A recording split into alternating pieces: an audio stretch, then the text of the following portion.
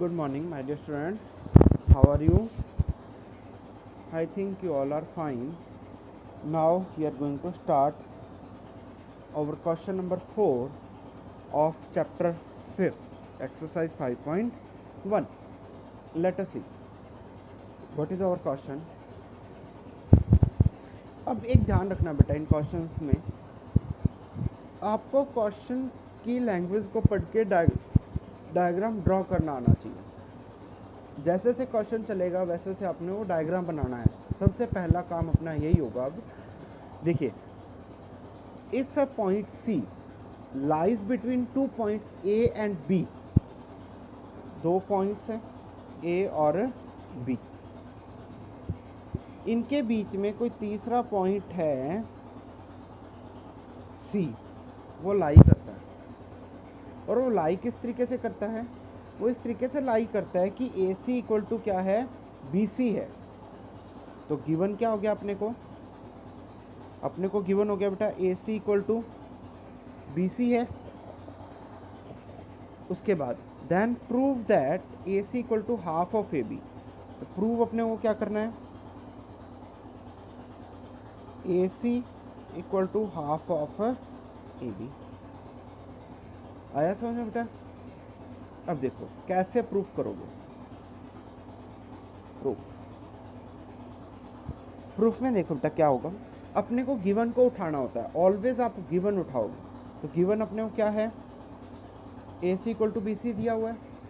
अब अपनों ने यूक्लिड के जो एग्जाम्स पढ़े थे उसमें अपनों ने क्या पढ़ा था कि equals are added to equals.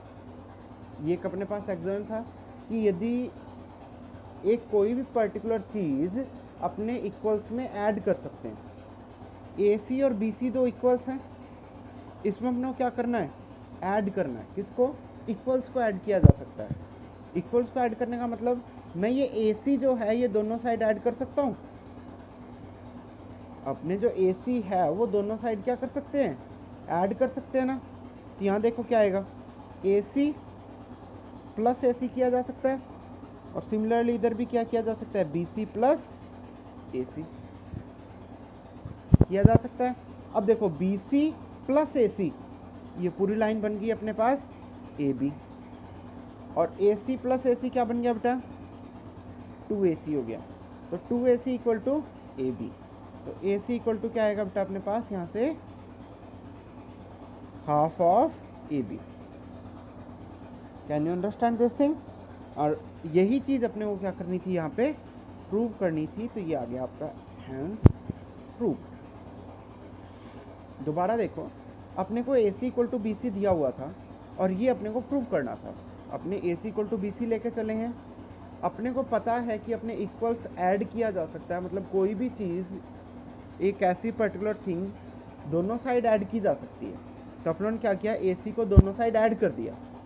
यदि अपनों ने ए सी को दोनों साइड ऐड कर दिया तो राइट हैंड साइड में तो देखो क्या बन गया, लेफ्ट हैंड साइड में बना ए C plus A C to A सी। और राइट हैंड साइड में बी सी प्लस ए सी क्या बन गया, देखो A C plus B C हो गया ए बी। तो अब टू यहाँ से डिवाइड में चला जाएगा तो ए सी इक्वल टू बनेगा half of A B. Have any problem till now? Now we are coming on question number 5। 5 क्या कह रहा है, क्वेश्चन नंबर 5 कह रहा है बेटा कि in an above equation question, जो ऊपर अपने को क्वेश्चन दिया हुआ है, C is a mid point. C mid point है लाइन सेगमेंट ए बी का, ये चीज़ अपने को गिवन है। और मिड पॉइंट के लिए ये चीज़ होती है, अपने ने ऊपर प्रूव किया है।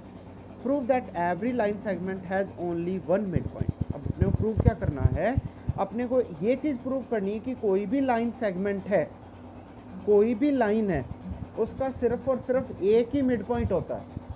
नो प्रूफ क्या चीज़ करनी है कि कोई भी लाइन सेगमेंट है उसका सिर्फ और सिर्फ एक ही मिड पॉइंट होता है।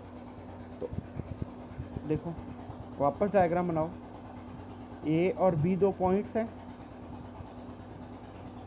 उनके बीच में सी और डी दो पॉइंट लेके चलोगे आप लोग। उनके बीच में अपने क्या लेके चलेंगे, सी और डी दो पॉइंट्स लेके चलेंगे।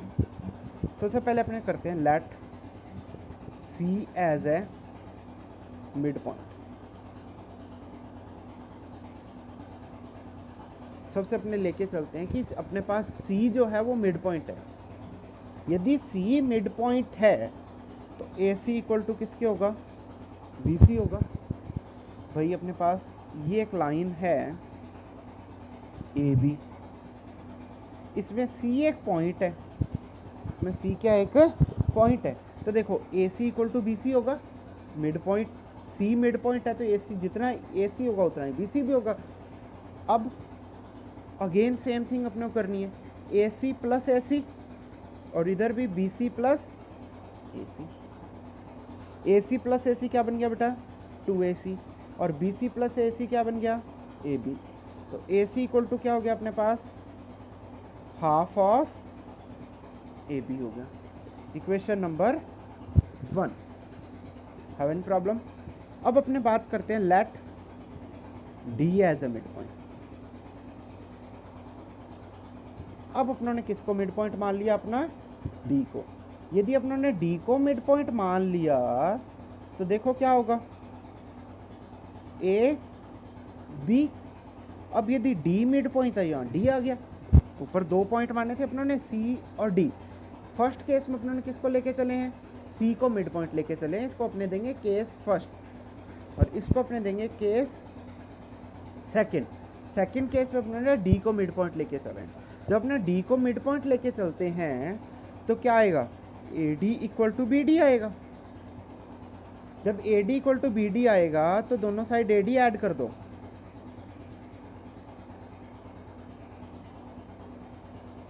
ए डी प्लस ए डी क्या बनेगा, 2AD, और B D plus A D क्या बनेगा अपने पास, देखो ए बी बन गया। तो यहां से देखिए क्या आया, A D equal to half of A B. Have any problem. Equation number, अब देखो इक्वेशन नंबर 2 देखिए और इक्वेशन नंबर 1 देखो, देख ले बेटा। इसकी देखो ये जो राइट हैंड साइड है वो दोनों की इक्वल है। Right hand side half of A B है और यहाँ भी right hand side half of A B है। तो अपने क्या लिखेंगे, from equation 1 and 2 A C equal to, यदि आपकी left right hand side equal है तो लेफ्ट हैंड साइड भी इक्वल होगी इक्वेशन से। तो ए सी इक्वल टू क्या हो जाएगा, ए डी हो जाएगा। अब यदि ए सी और ए डी इक्वल हैं, मतलब जितना ये है उतना ये है, जितना ए सी है उतना ही क्या है अपने पास, ए डी है। इसका मतलब क्या है, सी और डी कोई 2 पॉइंट्स नहीं है, एक ही पॉइंट है। तो अपने क्या लिखेंगे, means that C and D overlap to each other and A B has only 1 mid point. जब ए सी और ए डी आपस में लाई कर रहे हैं, ओवरलैप कर रहे हैं, सी और डी आपस में ओवरलैप कर रहे हैं, तो इसका मतलब क्या है, ए सी और ए डी आपस में एक ही पॉइंट है और सी वही क्या है, उसका मिड पॉइंट है। A B has only 1 mid point और ए बी का क्या है अपने पास, एक ही मिड पॉइंट है, क्योंकि सी और डी अपने 2 पॉइंट लेके चले थे और दोनों आपस में क्या कर गए हैं, ओवरलैप कर गए हैं। यदि दोनों आपस में ओवरलैप कर गए तो इसका मतलब एक ही पॉइंट है वो। चलिए next we are coming on question number 6। In the following figure A C and B D,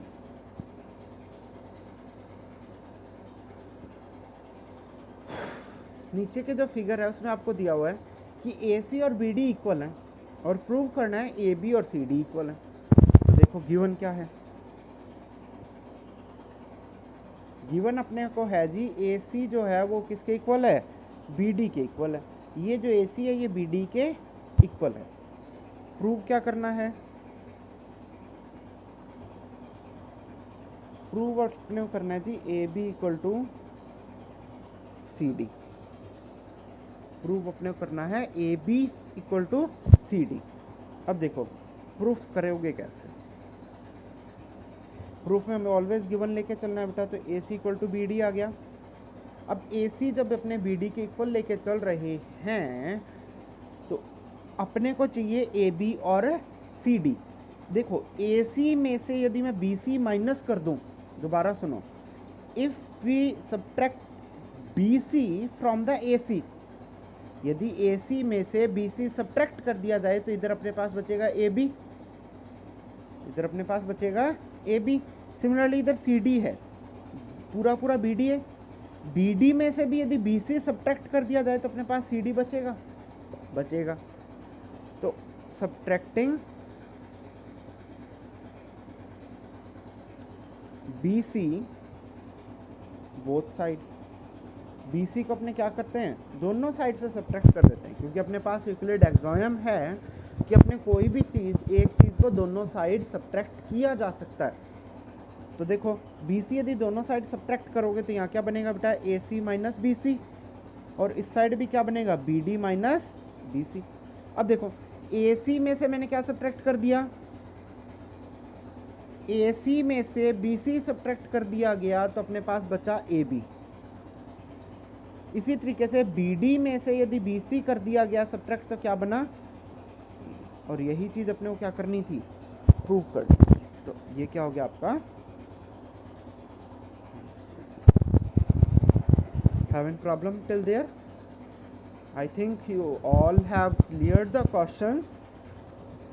This is the basic part of your geometry, and furthermost 5 chapters are like this only. अगले जो 5 chapter इसी तरीके के हैं, तो please थोड़ा सा concentrate करके इनको सीख लीजिएगा, क्योंकि ये नहीं आएगा तो आगे वाले चैप्टर्स करना मुश्किल हो जाएगा आप लोगों के लिए।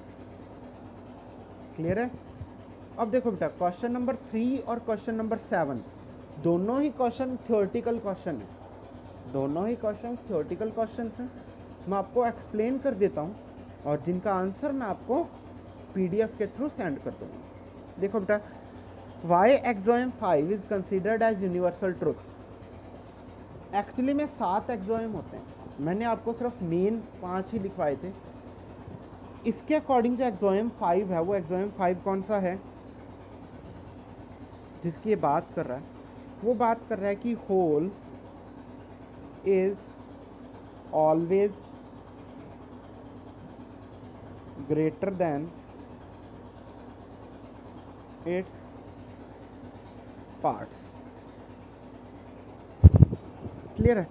इसको अपने दो तरीके से प्रूव करते हैं, दो चीजें लेके चलते हैं बेटा। देखो, पहला अपने इसका लेके चलते हैं मैथमेटिकल प्रूफ, और दूसरा अपने लेके चलते हैं इसका जनरल प्रूफ।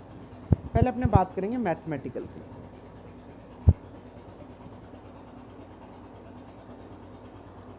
पहले मैं बात करूंगा किसकी, मैथमेटिकल प्रूफ की।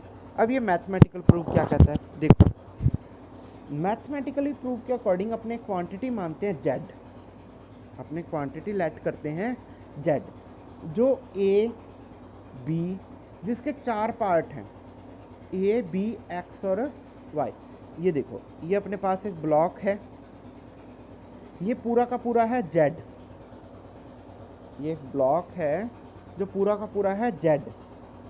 इस ब्लॉक के 4 पार्ट हैं, A B X और Y। क्लियर है?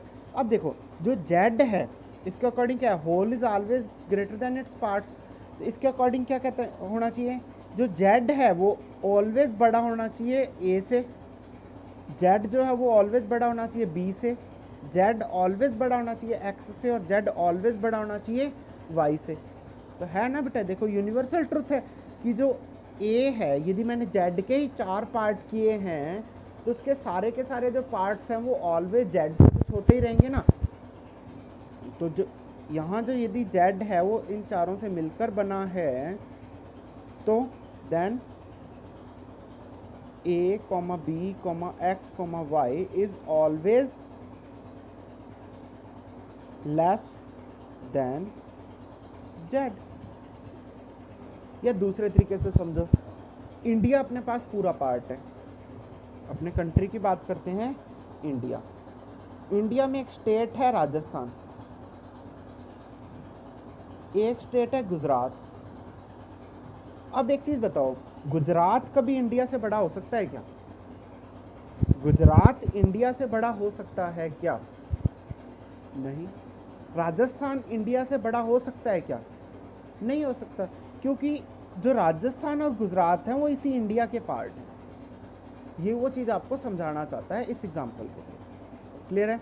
इसका मतलब ये जो एग्जाम 5 है ये यूनिवर्सल ट्रुथ है, आप इसको कहीं भी अप्लाई कर सकते हो, ना सिर्फ मैथमेटिक्स में बल्कि जनरल लेवल पे भी आप इसको अप्लाई किया जा सकता है, जनरल लाइफ में भी इसको अप्लाई किया जा सकता है।